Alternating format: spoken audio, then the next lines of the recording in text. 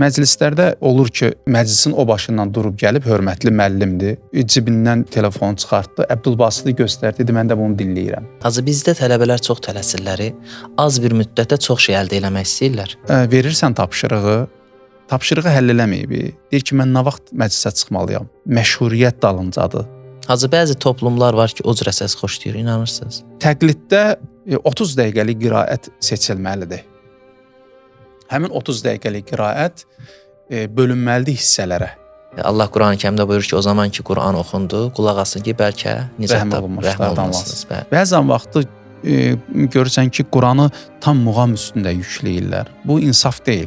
Bir qari Quran oxuyur və mənəviyyat dolu Quran oxuyur. Bunun Quran oxumağı ilə o insan ki, nəğmələri göstərmək istəyir, onun Quran oxumağında yerinə göyə qədər fərq olacaq.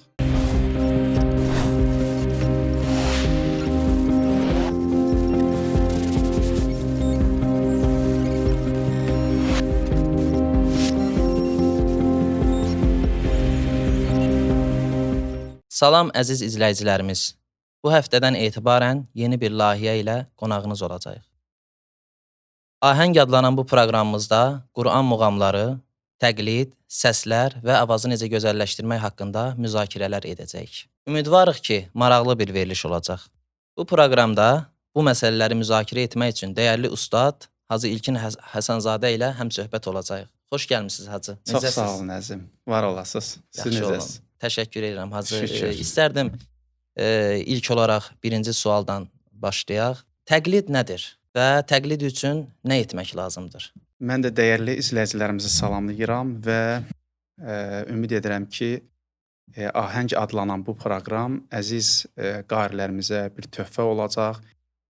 Çünki qiraət sahəsində çoxlu müraciətlər olur və biz məcburuq hər şəxsə tək-bətək bunları hamısını izah edək. Düşündük ki, elə bir proqram olsun ki, həmin proqramda sualı olan əzizlərimizin suallarını cavablandıraq və yaxud da onlara bir dənə yol göstərək ki, həmin yolla özləri məşğul olsunlar və qabağa getsinlər. Çünki məsələlər o həddədir ki, hər kəsə vaxt ayırmaq olmur. Bəli, Hacı. Qiraət məsələsi də elədir ki, ehtiyaclar çoxdur. Siz özünüz də bu sahədəsiz və ehtiyac olduğu halda ehtiyac yerbəyer olmur, həll olmur. Nəhayətdə görsən məyusluqlar yaranır və yaxud da birbaşa deyirlər ki, yox da bizlik deyil, qorxurlar. Ona görə biz qərarlaşdırdıq ki, belə bir proqramla gələk əziz izləyicilərimizin xidmətinə. Gözəl sual verdiniz. Təqlid, çünki qiraətin ilki təqliddir. Biz özümüz də təqlidlə başlamışıq, siz özünüz də təqlidlə başlamışsınız. Çünki təqlid olan zaman qiraət güclü hesab olunur. Təqlidin öz yolları, öz qaydaları var. Olur dəfələrlə qardaşlarımız müraciət edirlər ki, biz oxuyuruq, amma alınmır. Onlarda təqlidin necə qulaq asılmasında, qaydalarında problemləri var. Ona görə biz çalışacağıq ki, müəyyən qədər bu problemləri həll edək. Və çoxlu orada məsələlər qeyd elədiniz. Səs önəmlidir, qulaq asmaq önəmlidir. Baxın, biraz kənara çıxmaq istəyirəm, bəlkə də tez giriş etdim. Təqlidin özündə qulaq şərtdir. Bəli, Hacı. Yəni, əgər mən dinləyirəmsə və mənim dinləmə yaddaşım yoxdursa, mən o işin dalıca getməməliyəm. Yəni, sən nə qədər dinləməlisən ki, o sənin yadında qalmalıdır. Elə bir təsəvvür eləyin ki, bir dənə ağır bir riyazi məsələni heç yaddaşı olmayan bir şəxsə deyirsən ki, bunu həll eləməlisən. O gecə-gündüz oturur, o tərəfə gedir, bu tərəfə 50 dəfə, 100 dəfə təkrarlayır, amma zehin qabiliyyəti yoxdur onu yadda saxlamağa. Onu qınamazlar ki, bu öyrənə bilmədi. Deyirlər ki, zehni zəifdir. Nə etmək lazımdır? Onun potensialı nədirsə, onu vermək lazımdır. Yəni, ümumiyyətdə insan həyatda təqlidçidir. Başdan bunu deyim ki, biz hər şeyi təqlid edirik. Yerişimizdə kimə oxşayırıq? Atamıza oxşayırıq. Yaxşı. Mehribançılıqda kimə oxşayırıq? Anamıza oxşayırıq. Yəni hər bir danışıqda müəllimimizə oxşayırıq. Yaxşı. Oxumaqda kimə oxşayırıq? Məsələn, təqlid etdiyimiz ustada oxşayırıq. Yəni həyat zaten başdan ayağa təqliddir. Bu uşaqlıq dövründən başlayır. Amma biz gəlirik ixtisaslaşdıranda, məsələn mən gəlmişəm Quran oxuyuram, biri gedir muğam oxuyur, Azərbaycan milli muğamlarını oxuyur. Onlar da təqlid edirlər. Bəli. Onların da bir ustadları olur. Hər hansı bir ustadın səsini götürüb və özlərini ona oxşadırlar, həmin ustada oxşadırlar. Və yavaş-yavaş bunlar yığılır və sonuna gətirir, nəyə çıxardır? İnsanı bir həddə çatdırır ki, artıq o cəmiyyətdə sevilir. Və yeri gəlmişkən buradan 2025 Quran Sədası yarışmasının iştirakçılarını təbrik edirəm və qoşulmaq istəyənləri də təşviq edirik ki, gəlib qoşulsunlar. İbrahim əzizim bu yarışda iştirak edib və qaliblərdən də olub. Yəni orada İbrahim çıxdı, oxudu, məsələn, düzdür və biz gördük ki, cəmiyyətdən nə qədər bizə yazılar gəldi ki, bu kimdir? Niyə? Çünki səs, yaxşı səs ki, biz deyəcəyik də oxunuşun faktorlarından biri də gözəl səsdir. Səslər özü də bir neçə hissəyə bölünür. Bəli. Yaxşı səslər var, belə deyək, müsbət səslər var, mənfi səslər var. Avazı qəbul edən səslər var, yəni melodiyalı səslər var, melodiyasız səslər var. Bunlar fərqli şeylərdir. O yüzden orada deyirdilər ki, biz bu kimdir, bu səslə maraqlanırdılar. Üzr istəyirəm, yadımdadır ki, siz hələ müsabiqə vaxtlarında da deyirdiniz ki, İbrahimin səsi musiqili səsdir. Yadınızdadsa əgər. Bəli, yadımdadır. Yəni səslər özü hissələrə bölünür. Ən gözəl səs musiqili səslər hesab olunur və sual onlar ki, musiqisiz səslərdən də bir şey eləmək olarmı? Maraqlıdır. Yəni o zamanla etmək olur. Çünki bütün oxuyanların səsi ola bilməz ki, hamısı musiqili olsun. Yəni dərəcələrə bölünürlər. Biri daha alidir, bəli, o cəmiyyətdə görürsün məşhur bir xanəndə olur və yaxud da qari olur. Hacı, üzr istəyirəm, Quran qarilərindən, məşhurlardan tanıdığınız varmı musiqili və yaxud da musiqisiz səsi olan? Məşhurların demək olar ki, hamısı musiqili səslərdir. Niyə elə məşhuriyyətlərin səbəbi ondan ibarətdir? Yüzlərlə qarilər var ki, onlar məşhur deyirlər. Bəli. Niyə? Çünki cəmiyyət musiqili səsin dalıncadır. Bir səsə qulaq asırsan, olur da məsələn söhbətlərimizdə deyirsən ki, bu səs məni apardı. Deyən lazımdır ki, qardaş səni hara aparır bu səs? O elə bir aləmə aparır ki, heç özünün də xəbərin olmur. Görürsən ki, həmin o səsin aləmindəsən. Bəli. Allah Davud peyğəmbərdən danışanda deyir ki, onun gözəl səsi vardı. Bəli. O nəinki insanları, hətta heyvanları belə cəzb edə bilirdi. Nə qədər maraqlı sözdür bu. Davud oxuyarkən quşlar gəlib qulaq asır. Hətta quşlar da ona cavab verir. Allahın heyvanları da deyir ki, bax bizim də belə səsimiz var. Niyə? O səsin ahənginə düşüb oxuyurlar. Səs sahəsində çoxlu maraqlı məsələlər var. Bəhsimizi uzatmayaq, sual verdiniz ki, təqlid üçün nə etmək lazımdır? Təqlid üçün qaydalar var. Birinci qayda bundan ibarətdir ki, oxunan yer mütləq ustad tərəfindən seçilməlidir. Əziz qarilərimiz bunu diqqətlə izləsinlər. Olur bəzən bizə müraciət edirlər ki, mən filan yeri oxumaq istəyirəm. Deyirəm ki, dəyərli tələbə, sən gəl buranı oxu. Vaxtında biz də sözə baxmamışıq. Vallahi yadıma gəlir İbrahim. Ustad dedi ki, sən buranı oxumalısan. Mən Əbdülalla oxuyurdum. Bəli. Ustad gəldi, dedi ki, yox, sən Əbdülalla oxuya bilmərsən. Oxuya bilməzsən, yox ha. Zaten oxuyurdum. Təqlid edirdim zaten.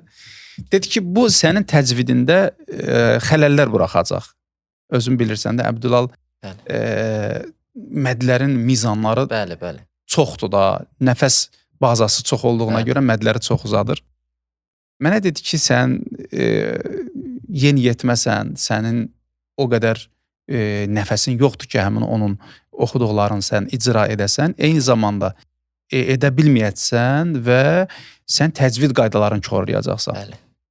Bəs kimlə oxuyum? Ustad dedi ki, bəs Minşavi ilə oxumaq lazımdır. Dedim, yox, mən ondan oxumuram. Qardaş, sən burada oxumalısan. Yox, mən onu artıq sevmişəm baxı Əbdülalın qiraətini. Yox, ustad, mən ondan oxuyam. Yadımdadır ki, mən ustada bir belə deyək də, bir sıfat da elədim ki, yəni mən bir şeylər bilirəm ki, sən bilmirsən. Gənclik dövrlərdir. İndi bu günləri həmin hadisələr bizim başımıza gəlir. Bəli. Deyirsən ki, qardaş, buranı oxumaq lazımdır ki, yo, müəllim, siz bilmirsiniz, mən buranı daha yaxşı oxuyuram. Sən bu qarı ilə oxumalısan, yo, müəllim, mənim səsim bu qarıya daha uyğundur. Amma müəllim bilir haranı seçmək lazımdır, bir. İkincisi, təqliddə azından 30 dəqiqəlik qiraət seçilməlidir. Həmin 30 dəqiqəlik qiraət bölünməlidir hissələrə. 5 dəqiqə və yaxud da qarinin sulxu daha güclüdürsə, 10 dəqiqəyə bölə bilər və bu dəqiqələri qari necə oxuyursa, həmin formada, məsələn, وَلَقَدْ كَرَّمْنَا بَنِي آدَمَ وَحَمَلْنَاهُم فِي الْبَرِّ وَالْبَحْرِ. Allah. Məsələn, bəhərdə gəldi qari Quran, neynədi? Vəqf elədi. Sən mütləq bu keçiddə, vəqfdə mütləq dayanmalısan. Bəli. Yəni, təqlidin mənası odur. Qari nə edir, mən elə etməliyəm. Yəni, artırma, azalma olmaz özündən. Artırma, azalma olmamalıdır. Məsələn, وَلَقَدْ كَرَّمْنَا بَنِي آدَمَ oxudu 5 dəqiqə civarında. Sən bu 5 dəqiqə müddətində qari Quran neçə dəfə nəfəs alıbsa, məsələn, 5 dəqiqədə 5 dənə nəfəs alıb və yaxud da 10 dəfə nəfəs alıb, yəni vəqfdən söhbət gedir. Həmin bu nəfəsləri sən yadda saxlamalısan. Müvəffəqiyyət buradadır. Bəli. Bəzən vaxtı qiraətin əvvəlindən biz başlayırıq, son haradı yaddan çıxır. Bəli. Təqlidin ilk təqlid mərhələlərində. Görürsən, oxuyur, fikri qalır avazın yanında, qari harda dayanırdı. Yəni, mənim öz təcrübəmə əsasən bunu deyə bilərəm ki, qiraətin əvvəli وَلَقَدْ فِي الْبَرِّ وَالْبَحْرِ Bu hissələri not olaraq və yaxud da avaz olaraq, ahəng olaraq ki, verilişimizin daha da ahəngidir. Ahəng olaraq yadda saxlasa qari Quran təqlidçi, o kəlmələrin ortasında artıq özü gedəcək. Çünki əsas başlamaqdır və əsas da sonlandırmaqdır. Düzdür? Və ortada müəyyən zaman keçdikdən sonra artıq özü dəfələrlə qulaq asacaq axı. Bir dənə təqliddə nə qədər qulaq asırsan İbrahim? Çox acı. Aha. Yəni çox qulaq asırsan. Bəli. Deməli, birinci növbədə sən ilk əvvəl və sonranı yadda saxlayarsansa, 50 dəfə qulaq asacaqsan, o ortalıqda sənin yadına düşəcək. Bəli. Mən bunu demək istəyirəm. Deməli, təqlidçi mütləq nə etməlidir? Nəfəsləri yadda saxlamalıdır. Yəni, nəfəsdən məqsədimiz nədir? O, qari harda dayanır və necə başlayır, onları mütləq yadda saxlamalıyıq. Sonra, qari Quran hər gün qulaq asmalıdır. Bəli. Mənim yadımdadır tələbəlik illərimizdə. O qədər qulaq asırdıq ki, gündə neçə dəfələrlə qulaq asırdıq. Artıq zehnimdə həmin qarinin tilavətinə qulaq asırdım. Yəni, mənlə bərabər uşaqlardan da... Bir növ mələkə olur da. Mələkə olur. O vaxt yadımdadır, uşaqlardan soruşurduq da tələbə yoldaşlarımız. Sizdə necədir? Görürdüm, onlar da deyir ki, yəni baxırdım ki, tək mən deyiləm də, yəni çox qulaq asanda belə olur. Oturub beynimizdə qulaq asırdıq. Məsələn, şərait olmurdu qulaq asmağa. İşıq yanmırdı məsələn, 96-cı, 97-ci illərdən, 95-ci illərdən danışıram. Otururdum belə, qulaq asırdım, qari harda başladı, harda oxudu, harda zilə qalxdı, harda Allah kəlməsi təşviq eləyənlər var ha. Onların səsi belə qulaqda qalırdı. Biz bu şəraitlə tənbəllik eləyirik hacı. Əlbəttə axirətdə sorğu-sual olacaq. Mütləq. Şərait gözəlləşdikcə insan tənbəlliyə doğru gedir, bu da var. uşaqlarla zarafatlaşırdıq tələbə qardaşlarımızla. Deyirdim məsəl üçün mən Əbdülala qulaq asıram. Filan yerdə bax gələcək indi bitirəcək, zilə qalxacaq və burada qışqıracaqlar, Allah Allah deyəcəklər. Bəli. Yəni bu həddə qulaq asmalıdır Quran qarisi. Bu həddə qulaq asılarsa, təbii ki, oxunuşun keyfiyyəti daha yuxarı gedəcək. Bəli. Keyfiyyət nədir? Yəni sən tez bir zamanda Quran oxuyacaqsan və cəmiyyətə çıxacaqsan ki, təqlidin şərtlərindən biri də odur. Artıq sən bir qiraəti bitirdin, çıxıb məclisdə oxumalısan. Bəli. Mütləq bilirəm ki, sənin də başına gəlib. Oxumusan evdə, hazırlaşmısan. Getmisən məclisə tam başqa bir şey alın. Çox olub azı. Düzdür, başına gəlib belə bir şey. Eynən. O bilirsən nə deməkdir? Yəni məclisin abu havası səni tutur və sənin zehnində olan ahəngi dəyişə bilir. Bəli. Adi məclisə girirsən, birinin sənə deməsi ki, necəsən? Həmin onun səsinin ahəngi sənin avazının ahənginə təsir edir. Bəli. Və yaxud da oxuyursan Əuzu billahi mineşşeytanirracim. Birdən biri səni təşviq eləmək üçün maşallah, maşallah. Bismillahirrahman. Ahəng dəyişdi. Bəli. Olur da belə şeylər, Bəli. düzdür? Və yaxud da evdə oxumusan, mikrofonsuz oxumusan, Bəli. düzdür?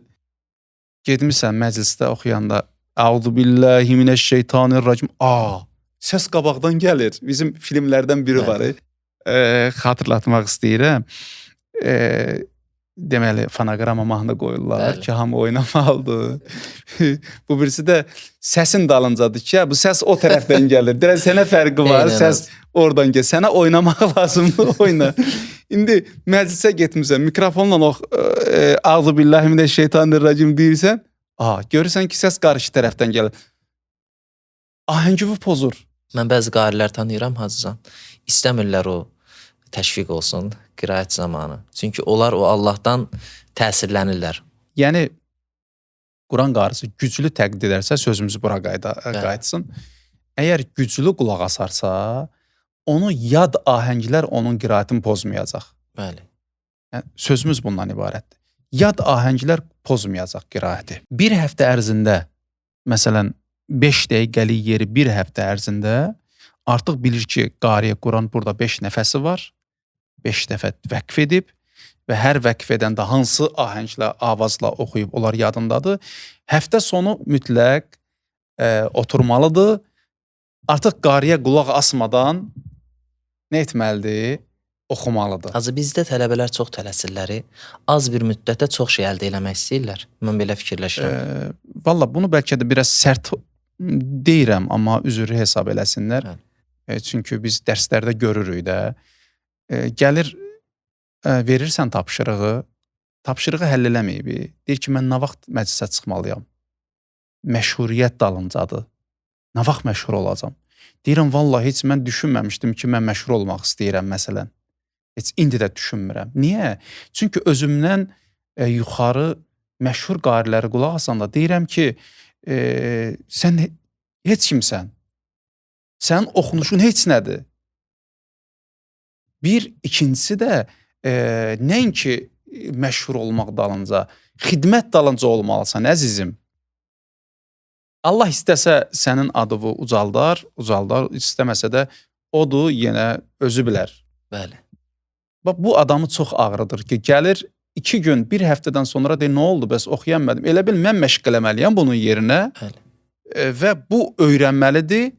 Mən oxumalıyam, bunun səsi inkişaf eləməlidir. Qardaşım, neçə dəfə qulaq asmışam? Müəllim, 2 dəfə qulaq asmışam. Qurban olaram, sən 2 dəfə necə sən bunu yadda saxlaya bilərsən? Biz bir dənə şeiri əzbərləmək üçün nə qədər onu təkrar edirik? Bəli. Və yaxud da bir dənə Quran surəsini əzbərləmək üçün nə qədər təkrar edirik? Qulağın da yaddaşı elədir. Hələ sənin suluxun olmasa, qulaq yaddaşı daha zəifdir. Hələ bunu demirəm, qıraqda qoyuram. O yüzden olur belə şeylər. Deməli, həftə sonu sən qiraəti dinləməlisən, özünü dinləməlisən və indi həmd olsun Allaha şərait çox gözəldir. Telefonumu qoyursan, səs yazsın, öz İstədiyin səsini vaxt yazırsan, saxlayırsan, istədiyin vaxt davam eləyir. bəli, Geriyə çəkib yenidən qulaq yazırsan asmaq olur. və həmin səs yazını mütləq özün qulaq asmalısan. Həftə sonu oxumalıdır qari. Hələ qari desək də, yəni təqlidçi, Bəli. hələ qari deyil.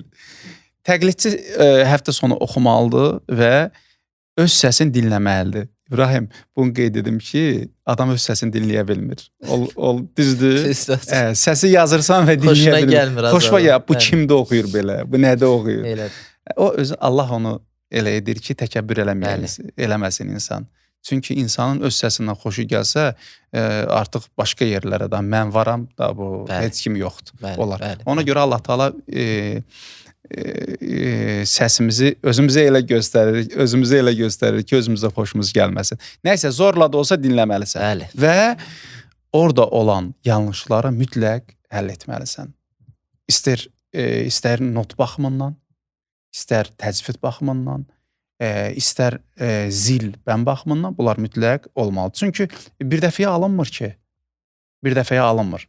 Və adətən də biz təqlid edəndə, yəni ilk əvvəllərdə təqlid edəndə qarinin köməkliyi ilə təqlid olunur. Bunları da qeyd edeyim. Deməli, təqliddə harda neçə dəfə təhrirlər var. Təhrir sadə dilinə desək, yəni boğazlar var. Məsələn, وَلَقَدْ جِئْتُمُونَا فُرَادًا كَمَا خَلَقْنَاكُمْ أَوَّلَ مَرَّةٍ. Əvvələ kəlməsində əvvələ mərrə. Görürsən, qari orada bir dənə boğaz vurur. Yaxşı, onu mütləq yadda saxlamalısan. Və yaxud da yaşa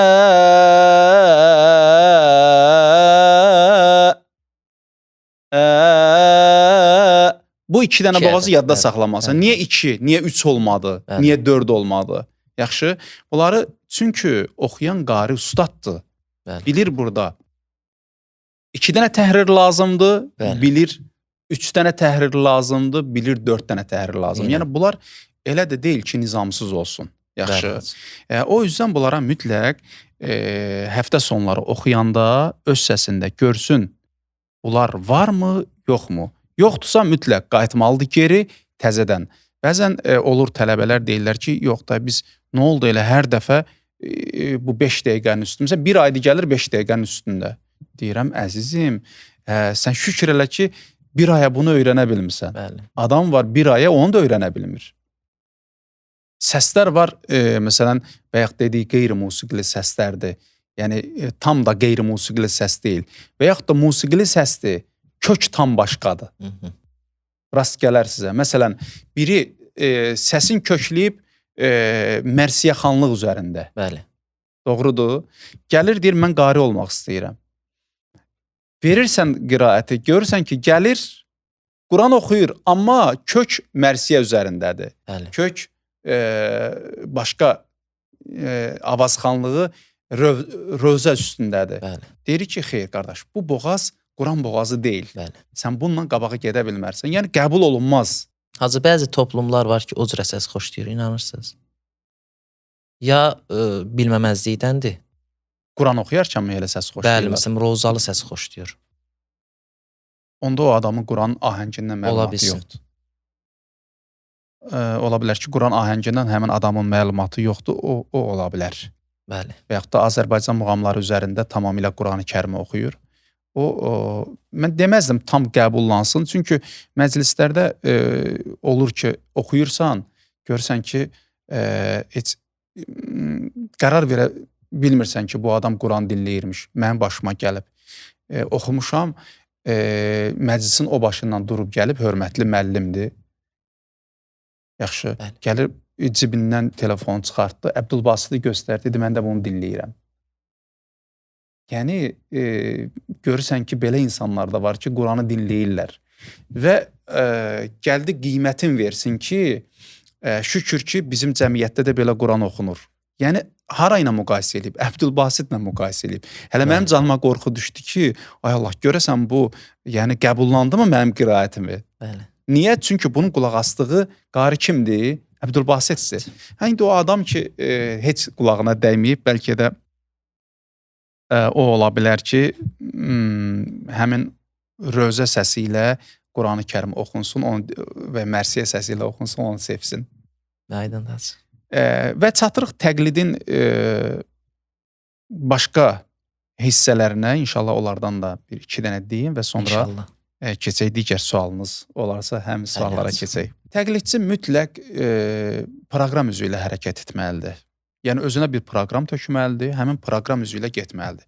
Məsələn, təqlidçi belə deyək, Şəhadın məsələn Ənam surəsinin 94-cü ayədən "Və laqad ci'tumuna furada kəmə xalaqnakum əvvələ mərrə."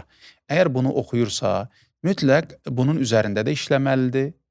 Bunu müəyyən həddə artıq gördü mənim yadımda qalır. Artıq bunu mən bayaq qeyd elədik, çıxıb məclisdə də oxuya bilir. Tam olmasa da belə və dostlarının arasında həftə sonu və yaxud da bir görüş təyin edirlər deyə gəlin bir dənə oxuyum sizə görüm. Doğrudan da belə olmalıdır. Biz tələbəlik vaxtı belə edirdik. Həftə sonu filan kəs bu həftə haranı təqlid etmirsən? Deyirdim mən məsələn filan surəni. İsra surəsinin filan ayələrini. Gəl bir dənə zəhmət olmasa oxu baxaq. 10 nəfər, 5 nəfər dostlarımız yığışırdı. Biz onlara Quran oxuyurduq. Onlar təşviq eləyirdilər. Sonra çıxanda orada xaric oxudun. Sən artıq onu yaddan çıxarda bilmirsən. Harada xaric oxumağı bu. Və mütləq gedirdin o xarici düzəldirdin. Yəni proqram üzü ilə olmalıdır və yadda saxlamalısan. Başqa qiraəti oxuyan zaman bu yadından çıxmamalıdır. Yəni proqrama salmışam. Mən həftədə bir dəfə Ənam surəsini artıq öyrənmişəm, buranı təkrarlayacağam və başqa İsra surəsində məsələn nə edəcəm? Təzə yeri öyrənəcəm. Bunlar qarışmamaq üçün mütləq bunu belə etməlisən. Və sonuncu təqlidə aid olan xatırlamamız, təqlidçi heç olmaya ayda bir dəfə 10 dəqiqəlik də olsa yer təqlid etməlidir. Bəli. Bu onun inkişafı deməkdir. Yox elə mən bir yeri götürəcəm, tanıyırıq elə uşaq. Bir dənə yeri götür, bir ildə onun üstündə fırlanır. Hələ yarım saatlıq tilavətdə heç sona da çatdırmayıb. Yox, burada bu zil yerini saxlamışam, hələ məşq eləməmişim. Qardaş, elə olmur. Şəhadın zilləri var məsələn, Əbdülbasitin zilləri var. Sən gözündən yaş gəlməlidir o zillərə qalxmalısan. Amma bir şərtlə ki, boğazda səs tellərini zədələməməlisən. Bəli. Amma hər halda müəyyən bir iddion olmalıdır ki, mən oxumalıyam. Yaxşı olar ki, təqlid də uşaq vaxtlarından olsa daha gözəl olar. Bəli. Təşəkkür edirəm Hacıcan, dəyərli fikirlərinizə görə. Hacı, icazəniz varsa ikinci suala yönlənmək istəyirəm. Qur'anın öyrənilməsində birinci muğam, yəni nəğmə öyrənmək lazımdırmı, vacibdirmi yoxsa yox? Nəğmədən məqsəd, yəni muğamlar da, belə deyək. Bəli. Quranın öyrənilməsində nəğmə mən deyərdim ki, tam sonuncu və yaxud da sonuncu olmasa da digər məsələlərdəndir. Bax, biz Quran oxuyanlar tanıyırıq ki, nəğmə bilmir nədir. Bəli. Dünən bir səs atıblar mənə. Çox təəccüb eləmişəm həmin səsə valla. Əzizimiz rayonların birindədir, kəndin birindədir. İşi gücü də heç belə deyək də bu sahədə də deyil. Amma bir dənə səs atmışdılar. O qədər profesional oxuyur. Bəyatı yerində, rastı yerində, segahı yerində. İbrahim, o səsi sənə mütləq göndərəcəm. İnşallah. Hacı, əgər fürsət olsaydı bu dəqiqə qulaq asmaq istəyərdim. Həm də dinləyicilər də eşidərdi o səsi. Onda səs rejissorumuzdan xahiş edək ki, o səsi bizə versinlər. Az bir qismini inşallah qulaq asaq. İnşallah. Görək necə oxuyur. Bəli. يَوْمَ يَقُومُ الرُّوحُ وَالْمَلَائِكَةُ صَفًّا لَا يَتَكَلَّمُونَ إِلَّا مَنْ أَذِنَ لَهُ الرَّحْمَنُ. Yəni sadə bir Quran oxuyan, sadə qiraət dalıca da deyil. Görürsən, qulaq asıb və öyrənib. Əhsən hacı, çox əla, Maşallah. çox ləzzət elədi valla, həqiqətən. İnşallah ümid edirəm ki, Tanış olmaq istəyirəm o qardaşla. Ümid edirəm ki, Qismət olsun inşallah. təklifimizi qəbul edib gələr verilişimizdə inşallah bir dəfə Quran saatında çıxar, oxuyar və biz də dinləyərik inşallah. Sözümüz bundaydı ki, yəni birinci muğam öyrənmək şərtdirmi? Bax, dinlədiyimiz səs əzizimiz heç bilmir. Bəli, hansı muğamdır, nə oxuyur, nədir məsələn. Amma görsən oxuyur. Niyə? Təqlidi güclü edib. Bəli. Təqlidi öyrənəndən sonra bəli, muğam məsələsində deyirsən ki, bu bəyatdır, bəli. Buradan keçid rastdır. Əvvəldə də öyrənə bilərik, demirik qadağandır. Sadəcə olaraq şərt muğam deyil. Bəli. Şərt odur, gözəl oxuyasan. Yəni, mən ustadların sözünü deyirəm, əlbəttə özümü iddia eləmirəm. Deyirlər ki, birinci şərt gözəl təqlid etməkdir. Sən gözəl təqlid edəndən sonra sən gözəl muğamı da gözəl öyrənəcəksən. Bəli. Gözəl yadda qalacaq. Quran sədasından özümüzü misal çəkirəm. Muğamların bəzi hissələri var idi ki, onlarda nə qədər inkişaf etdiniz. Bəli hacı, həm təcvidin də, həm muğamların da çox xeyri oldu. Belədir. Yəni, muğam sonradan da əldə etmək olur. Bəzən vaxtı görürsən ki, Quranı tam muğam üstündə yükləyirlər. Bu insaf deyil. Quran tam onu nəğməyə salaq, o da deyil. Allah Taala hüzün deyir Quran-ı Kərimi oxuyarkən. Düzdür. O üzdən zaten oxuduğumuz muğam üzərində olacaq. Amma biz onu mənəviyyat üstündə yükləsək, mənim fikrimcə daha gözəl olur. Bəli. Yəni, bir qari Quran oxuyur və mənəviyyat dolu Quran oxuyur. Bunun Quran oxumağı ilə o insan ki, nəğmələri göstərmək istəyir, onun Quran oxumağında yerinə göyə qədər fərq olacaq. Bəli. Biz bunu demək istəyirik. Hacıcan, həm də məşhur Misir Quran ustadları var da, heç muğamı qəbul eləməyiblər. Amma elə gözəl Quran oxuyublar ki, adam dəhşətə gəlir. Yəni, bir qiraət ki, insanı Allaha yaxınlaşdırmayacaq, o qiraət nəyimizə lazım? Və yaxud da bir qiraət ki, mən ondan öyünərək oxuyacam, səsimi göstərəcəm, o qiraətin mənim dünyama və mənim axirətimə heç bir faydası yoxdur.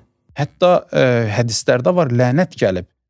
Allah lənət eləsin o Quran oxuyana ki, yəni bilmir nə oxuyur. Bəli. Ancaq elə o oxumaqla məşğuldur. Bu qorxmaq lazımdır. Elə bir hədislər var ki, adam çox qorxursan, deyirsən, ay Allah, bu mənə şamil olmasın bu hədis. Ki, mən Quran oxuyum, onun mənasına diqqət etməyim. Kim tərəfindən nazil olub? Hələ Quran haqqında biz danışanda Quran-ı Kərim deyir ki, birbaşa Peyğəmbərin qəlbinə gəlmək üçün müəyyən bir etaplar keçib. Allah onu birinci göyün 4-cü səhv eləmirəmsə qatında Beytül Məmura göndərir. Peyğəmbər salavatıllaha Quran nazil olanda titrədirdi Peyğəmbər. Onun üstünə bir şeylər atmışdılar. Xanım Xədicə salamullah aleyha. Allahın salamı olsun ona. Əziz Peyğəmbərimizin xanımı. Peyğəmbər vəhyin ağırlığından bədəni titrəyirdi. Ən azından bizim bədənimiz titrəməsə də, ən azından bir hissiyatımız olmalıdır Quran-ı Kərim oxuyanda ki, biz nə ayələr oxuyuruq? Quranın mənalarını bilməliyik biz. O yüzdən yüklənməyək muğamın üstündə. Və olur, bugün təəssüflər olsun ki, filan qari, filan muğamı belə etdi, filan şöbəni belə etdi. Etsin, işimiz yox. Sadəcə olaraq yüklənməyək, insaf deyil. Quran məhz ahəngdən, məhz muğamlardan ibarətdir deyə. Quranın şeirlə nə fərqi olacaq? Qəzəllə nə fərqi olacaq?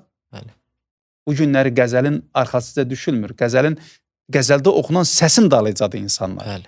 Biz Quranı oradan çıxardıb, mənadan çıxardıb səsin mi dalıca yönləndirək? Xeyr. Buna mühafizkarlar, bunu Quranı sevənlər təbii ki, qəbullanmayacaq. Bunu mütləq bilirəm.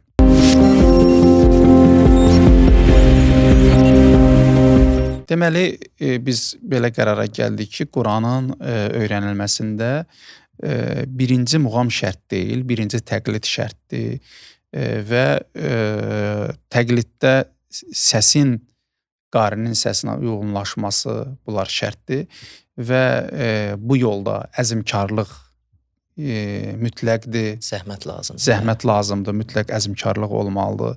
Bu yolda səni hidayət edən, sənə yol göstərən gözəl təcrübəli müəllim olmalıdır. Müəllimsiz mümkün deyil. Çətin. İnsan müəllimsiz bir söz danışar, sonra o sözün arxasından gələ bilməz də, belə şeylər ola bilər. Və sonda bunu da deyim ki, Qurana çoxlu qulaq asılmalıdır. O qədər qulaq asılmalıdır ki, bayaq buna qeyd vurduq. O qədər qulaq asılmalıdır ki, artıq sənin canına, ruhuna opmalıdır. Yəni sözümüz bundaydı ki, Quranın öyrənilməsində nəğmə, muğam birinci şərtdirmi? Əsas şərtlərdən biri budur ki, yox, o yox. Məhz Qurana çoxlu qulaq asmalısan ki, sənin qəlbivin ahəngi Quran ahəngi ilə dolmalıdır. Yəni birincisi sən mənəviyyatı qəbul etməlisən, ixlas yaranmalıdır və sonradan həmin o ahəngi, bəli, muğamları öyrənə-öyrənə muğama çevirməlisən.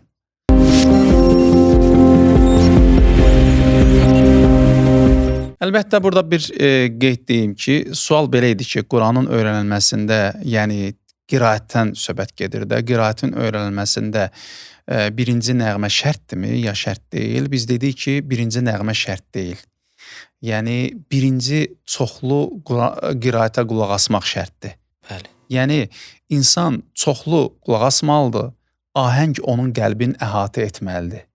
Və bu ahəngləri sıralama sonraki işdir.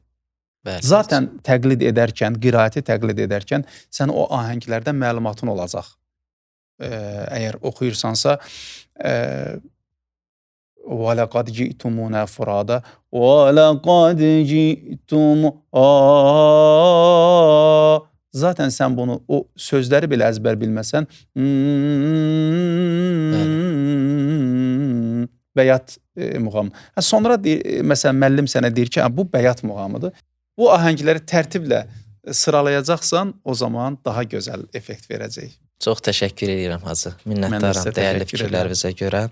Zəhmət çəkdiniz, dəvətimizi qəbul eləmişsiniz. Allah razı olsun. Ümid edirəm ki, əziz Quran qarilərinə, Quranı öyrənmək istəyənlərə müəyyən qədər faydası olar. İnşallah Hacıcan. Mən özüm şəxsən fayda götürdüm. Çalışdığımız qədər bu gələn verilişlərimizdə də bu təqlidin bəzi məsələləri ki qaldı, onlara toxunarıq inşallah. Çünki bir verilişdə mümkün deyil hamısı. Bəli, Hacı. Çox təşəkkür edirəm. Çox sağ olun. Allah razı olsun. Bəli, əziz tamaşaçılar, bununla da verilişimiz sona çatır. Sağ olun, salamat qalın.